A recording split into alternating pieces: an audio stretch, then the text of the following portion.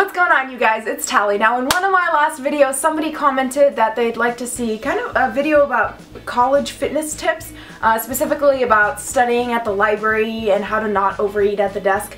Now, I think this is a really great topic, so I decided to do a video for you guys with 7 tips about how to avoid late night snacking problems or overeating when you're trying to multitask or study or whatever it may be. I think this is a really great topic because a lot of people, whether you're in high school or in college, a lot of people tend to stay up pretty late studying, working on group projects, and overeating is pretty common to that. You know, even people who aren't necessarily in school anymore or at the moment, people are very prone to late night snacking, whether they're working on a project, maybe filing taxes, they have a late night at the office, maybe you're catching up on emails, or doing other adult stuff that adults do. But either way, people tend to be very prone to late night snacking when they get consumed in projects or studying or whatever it may be. So if you do like the video, please be sure to hit that thumbs up button for me and leave a comment below. If you're new to the channel, make sure to hit that subscribe button. Tip number 1, and this is probably the most important one I can share with you guys.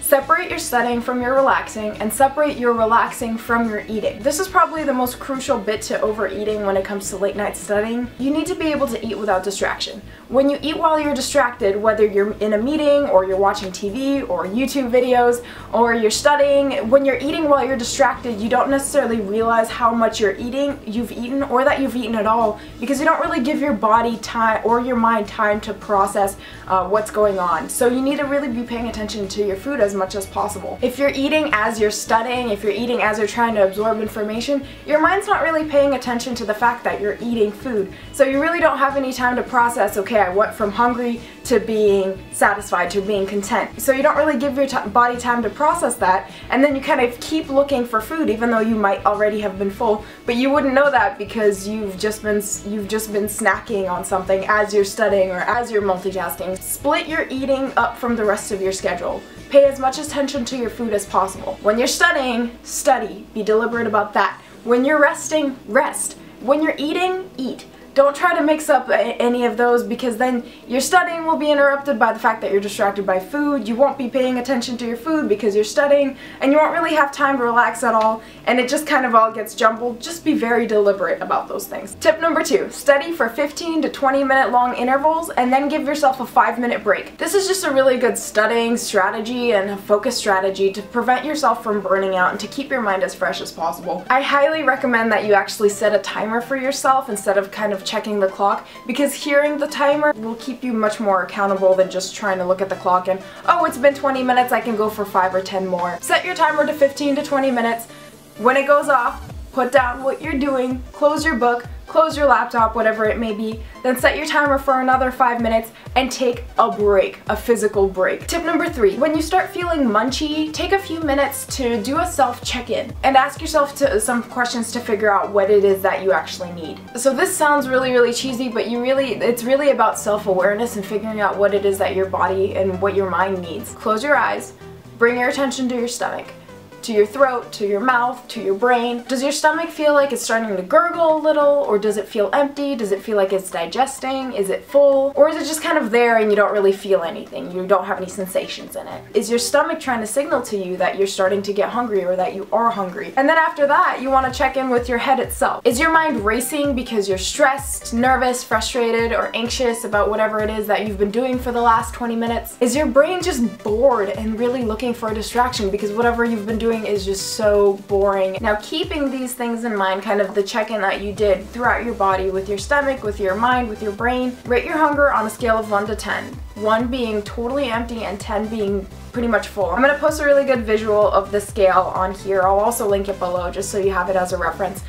Do your best when you're feeling at a 3 or a 4.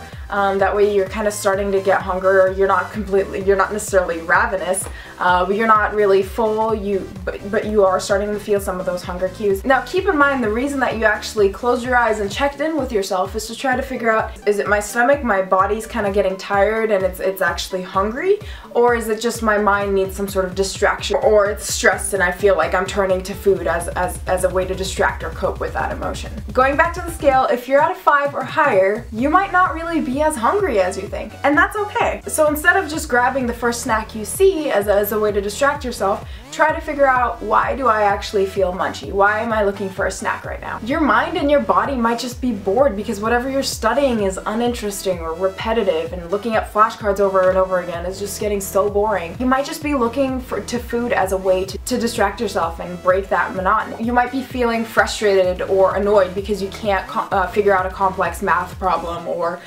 your code isn't working, and you might just be feeling the need to kind of take that frustration out on something and distract yourself from how pissed off you are. Are you stressed or are you anxious because you don't feel prepared and you have butterflies in your stomach because you're getting really nervous and you're thinking that those butterflies are actually hunger? Now, before I go on, I do want to say that it's okay to be hungry. It's okay to feel feelings.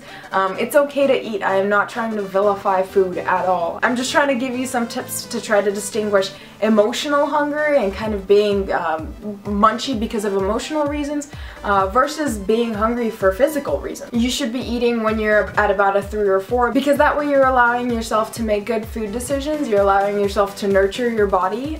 You're not necessarily going to eat everything in sight because you're at a 1 or a 2, but you're not eating for no reason because you're at a 5 or higher. If you're at a 5 or above, once you figured out what you're feeling, whether it's frustrated or stressed or anxious, ask yourself, will eating make this problem go away? I'm gonna venture to say probably not. Eating might distract you temporarily. It might numb the boringness, numb the dullness of having to study, numb the stress that you're feeling. But at the end of the day, the problem will still be there. And I highly recommend that you try to find a constructive way to deal with the emotion instead of just turning to food, because food won't necessarily help fix that problem. Tip number 4, take intentional, deliberate breaks. And make a list of things to do in those breaks so you're not just sitting around. Sometimes the only thing people use to break up their study session is food, which is fine if you're hungry, but you also want to be able to take some time to relax and take care of your body and your mind so that you're mentally fresh and prepared to continue studying. And food should not be the only reason you're taking a break from studying. You need to take care of yourself, you need to take care of your mind because you're using your mind to study. Give your brain muscle some rest. This does not mean opening a new Facebook tab or scrolling to the bottom of your Instagram feed. You need to get up, physically distance yourself from your study location, from your work, and take an intentional, deliberate 5-minute long break, or however long you might need. You want to be taking these intentional breaks to take care of your brain, whether you're bored and need something to entertain yourself with, or you're wound up and just stressed and anxious and you need to unwind and just take a breather. You want to be taking care of yourself. So before you actually start studying, before you get to your study location, maybe earlier on in the day, make a list of things that you can do for your breaks. Write them down physically. Put check boxes next to it. Be deliberate, be intentional. When you're writing these activities, mix it up. Have some activities that are productive, have some that are entertaining, have some that are just relaxing. Some things that just get your creative juices flowing. So figure out different ways that you can refresh yourself. You want to indicate to your body and your brain as much as possible that this is our break. We're taking a break, we're relaxing. Some suggestions for activities that you can do: read a magazine or a book for 5 minutes. It can even be the comic book section of the newspaper. Sit with your eyes closed, just listen to a song. Call your mom, call your dad, call your uncle or your grandma or a friend, talk to them, catch up, sketch, even if you suck at drawing. If you know how to, meditate or just sit with your eyes closed for 5 minutes and focus on your breathing and kind of regroup with yourself. Get up and walk a lap around your building, your apartment complex, your dorm, or your house, whatever it may be. Physically walk the perimeter outside. Clean your room. Just as a side note, do not put all of your to-do items on this list. Have a good balance in there. I personally find cleaning kind of therapeutic. I'm one of those people. But if you hate cleaning, don't make yourself do it on your rest. Bring a book of crossword puzzles, print out a Sudoku, have a couple of things like that. Find and download 3 new songs for your workout playlist. Learn a new yoga pose or stretch. Print out some coloring pages, bring crayons, and kindergarten that shit up. If you're pissed off, write in a journal, talk to a friend, get it out, get the emotion off your chest. And you're really focusing on relaxing, on entertaining yourself, on giving yourself whatever you need to move on past that emotion, not turn to food as a solution solution to your problem, continue to study and be productive. Every time your timer goes off after 15 to 20 minutes and you take your 5-minute break, ask yourself the questions in the tip above. If you're physically hungry, take a longer 15-minute long break and take some time to eat. Tip number 5, and this relates to food again, if you're going somewhere like the library to study,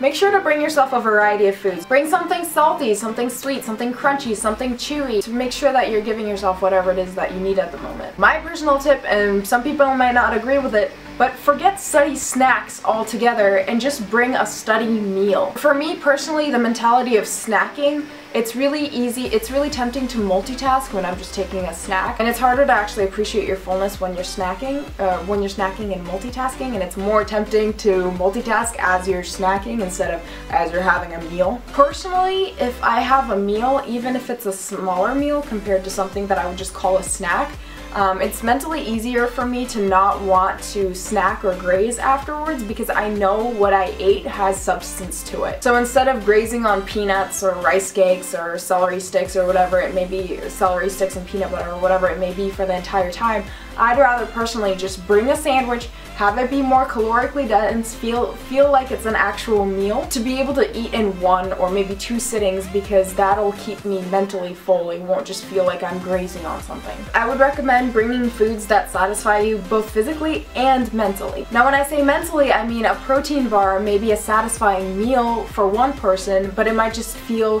like something to snack on and hold them over for a different person. Try to make something for yourself halfway through your studying that you would actually consider a meal, so that you don't keep snacking because you're not satisfied or you feel like you just ate something to hold yourself over. Because if you continue to snack on the same thing, even if it's low calorie or whatever, to kind of hold yourself over, then you'll be holding yourself over the whole time, and it won't really necessarily feel like you're satisfied, if that makes any sense. I would rather have one fulfilling meal so that the next time I feel munchy, I can remember, oh yeah, my body just physically ate something that is substantial. What am I actually feeling? Am I actually stressed? Tip number 6. Do your best to actually physically leave your workspace or your study area when you go for both your breaks and for the time that you're eating. Even if it's just a few yards away and you're in the library. You want to be able to eat without distraction and separate, going back to tip number 1, separate your eating from your relaxing from your studying. You want to give your body and mind as many physical cues as you can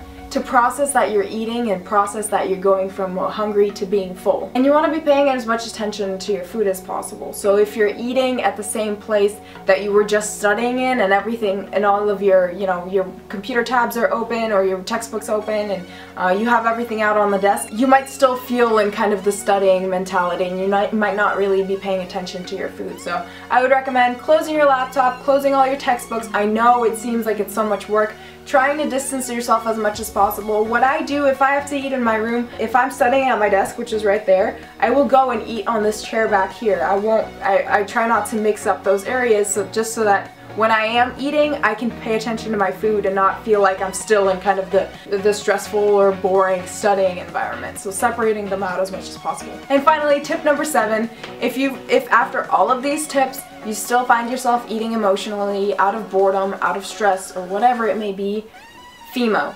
Forget it, move on. Move on. We're all human, we make mistakes.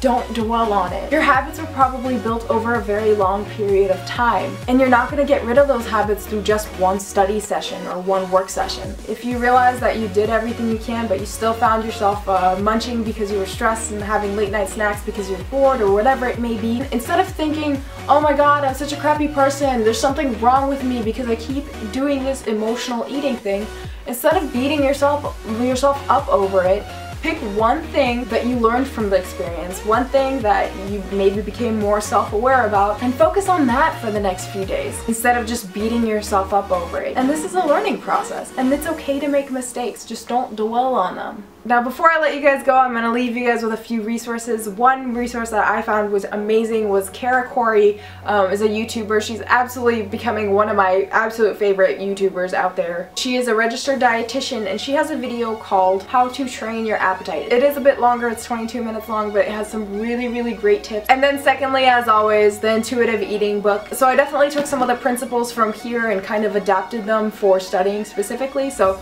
I would really highly recommend that you check out this this book. It's about $10 on Amazon. It's really cheap. Just invest the time into yourself, into becoming a better version of yourself. Alright guys, I hope you found those 7 tips helpful. I am going to post them in the description box so you can copy and paste them into a Word document or whatever it may be, just so you can easily reference them and have quick access to it if you're ever in a bind. If you have any more tips, please leave them in the comments below. If you enjoyed this video, give it a like, let me know so I can make more for you guys in the future. If you're new to the channel, be sure to subscribe for more videos. I'll see you guys next time. Happy studying, and as always, don't stop growing.